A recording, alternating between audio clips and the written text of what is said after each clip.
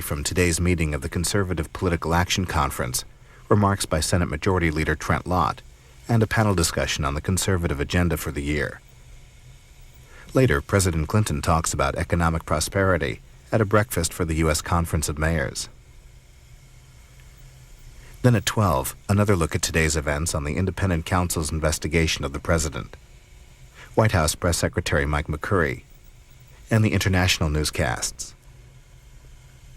Then again, Senate Majority Leader Trent Lott, and the discussion on the conservative agenda, and President Clinton with the U.S. Conference of Mayors.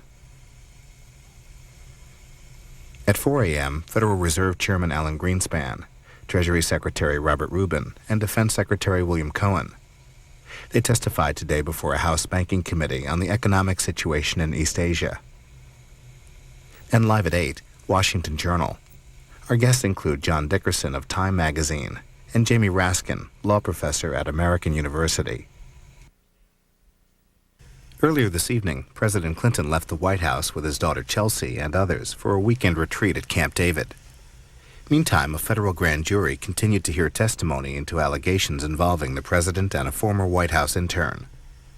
Testifying today were Evelyn Lieberman, former Deputy White House Chief of Staff, and Bob Weiner, Press Secretary for National Drug Policy Advisor Barry McCaffrey. Following their testimony, they both spoke to reporters outside the U.S. District Courthouse. As you know, I've just spent the last few hours testifying before the grand jury. Many of the questions they asked me were the same questions that the press has been asking me in the last week. Most of the pieces I've read about me and my role in this matter, for the most part, have been portrayed accurately. But I want to make one point very clear. I know of no improper relationship between the president and Monica Lewinsky, or anyone else for that matter. It's Friday. I'm going home to my sweet husband. Go home to your families. Thanks, everybody. What do you define as improper?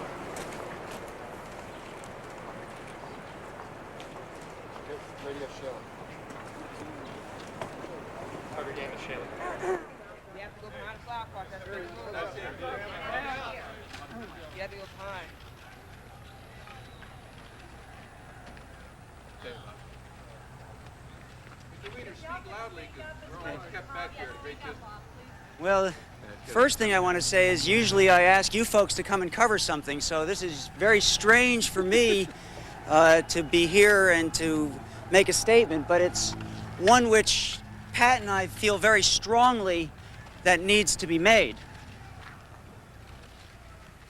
And I did write out some notes afterwards, recollecting the appearance that we just had to go through. Very grueling experience to have to be brought to a grand jury. My wife, Pat, has been a long-term member of the Howard County Democratic Club, a resident of Columbia, Maryland, and still swims with the Columbia Masters swim team. This weekend, we saw news, and Pat saw it first and pointed out to me, that her former club and her former members had challenged the legality of the trip tapes because it was one-party consent, and we thought that was right on. We happen personally to believe that that is true. So Pat told me she knew the people that were issuing the challenge on her local Democratic club, and we made some phone calls, and I knew them too because we'd gone to some social events and some dinners, and some of them had been to our house and so forth. We made some phone calls to the members to try to get the phone number of the chairman to wish him congratulations, good luck, tell him right on, go for it, personally, from our own political point of view. We did that Super Bowl Sunday, and the question is, how on earth do we get a subpoena on Monday about the phone calls that we made to personal political friends on a local Democratic club, a subpoena asking us to testify in front of the grand jury? I have never seen anything happen so fast in my life in 28 years in government. The only theory that we have, and the questions actually bore out on it because they asked a lot of questions about it, about this one person, was one of the 4 people that we called, and I'm not going to do what the prosecutor did, what the special counsel did and name names, but one of the 4 people was and we didn't know this, was a Democrat who had changed to a Republican. So, clearly, she called, in our view, clearly, our theory is that she called someone who called the OIC. And 24 hours later, we get a subpoena to appear on personal political phone calls. These were phone calls made from our house, on our own nickel, to our personal friends in a local Democratic club. Nothing is more American than that.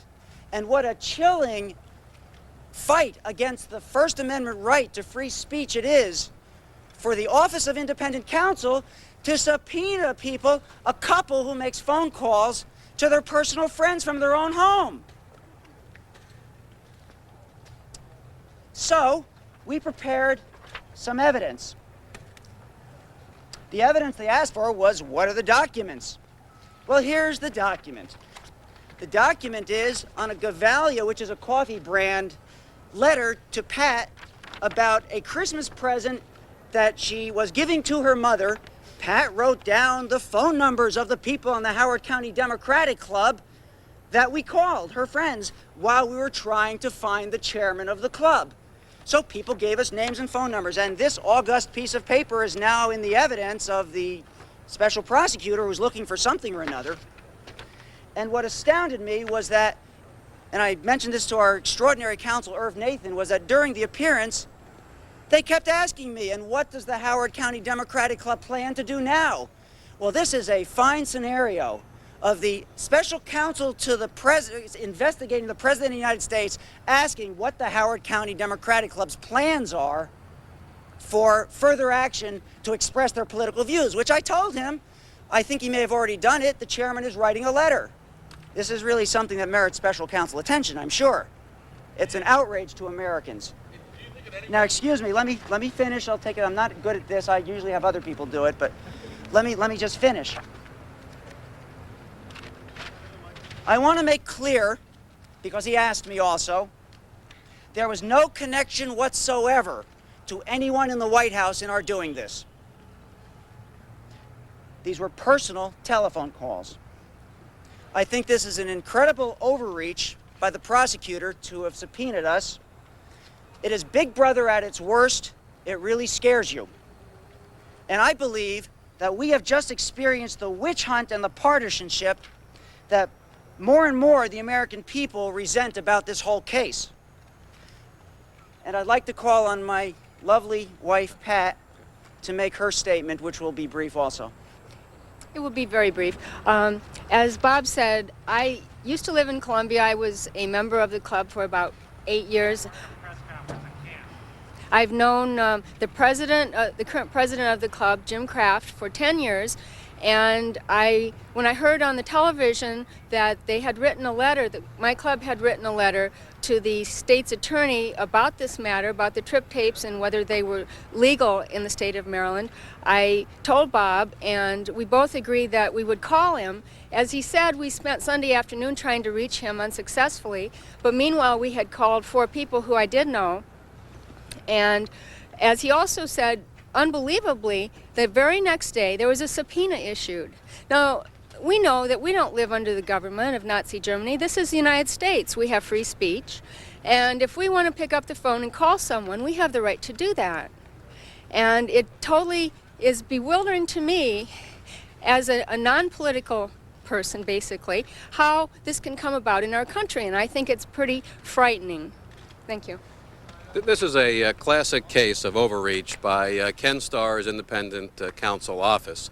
It's a very ill-advised attempt to stifle free speech, someone who is acting as a private citizen and simply encouraging the local Democratic Club to make public statements about matters of public importance. I urged the office not to do this. I asked them to withdraw the subpoena.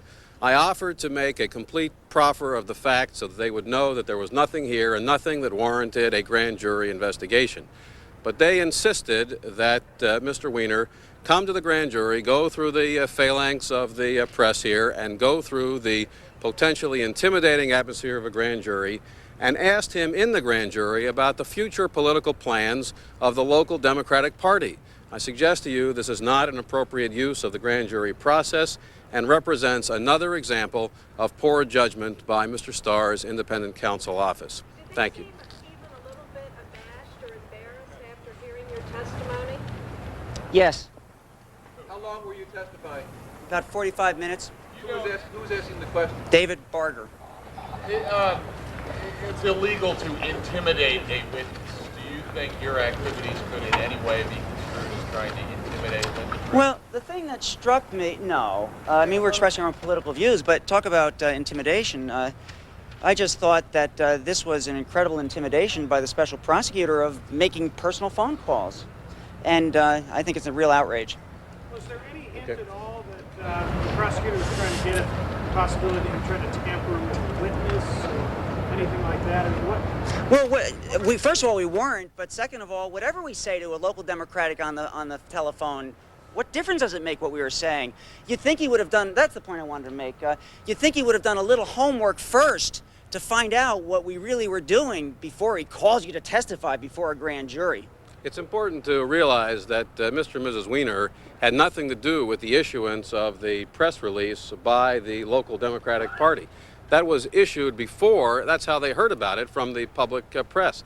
They simply called up to say attaboy in terms of what they were doing. It was clearly a political expression, and people shouldn't be brought to the grand jury for exercising their First Amendment rights. And by the way, tampering with a witness. I don't know Linda Tripp from Adam. I don't care about her. I have no desire to know her.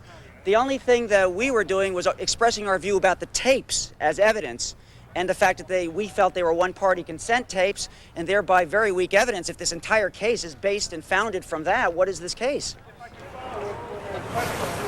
Whether your congratulations, your congratulatory calls came from some kind of White House plot or conspiracy. Sure, I mean, you can ask, and that's exactly what wasn't the case. We saw this on the news on over the weekend, Saturday probably. And yes, they asked if there was any involvement by the White House. Sure, that's what they were after. But they had absolutely no basis for putting that question. There was no reason to believe that there was any involvement by anyone at the White House. And in fact, let me point out, let me make this point that it's quite the reverse. That if there's no White House involvement, but my God, and he kept after this one Republican because she was a Democrat, and we're sort of astounded that that's how it happened. He kept asking about this one conversation I had with this one Republican, so it was clear where